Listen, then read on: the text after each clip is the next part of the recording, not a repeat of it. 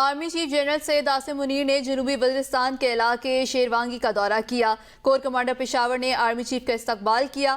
Army chief کو intelligence اور انسداد دہشت گردی کی کارروائیوں سمیت موجودہ سیکیورٹی صورتحال پر تفصیلی بریفنگ دی گئی۔ آرمی چیف نے علاقے میں تعینات افسران اور فوجیوں سے بات چیت کی اور دہشت گردی کے خلاف لڑنے میں ان کے غیر متزلزل عزم کو سراہا۔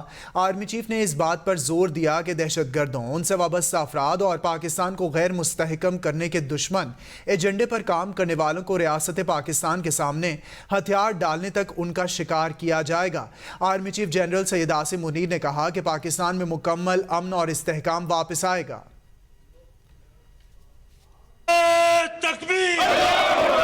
Pakistan chief of army staff Syed Asim Munir نے کہا کہ شہداء ہمارا فخر ہیں اور پاکستان میں مکمل امن و استحکام کی واپسی تک ان کی قربانیاں رائیگاں نہیں جائیں گی۔ دہشت گردوں، ان سے وابستہ افراد اور پاکستان کو غیر مستحکم کرنے کے دشمن ایجنڈے پر کام کرنے والوں کو ریاست پاکستان کے سامنے ہتھیار ڈالنے تک ان کا شکار کیا جائے گا۔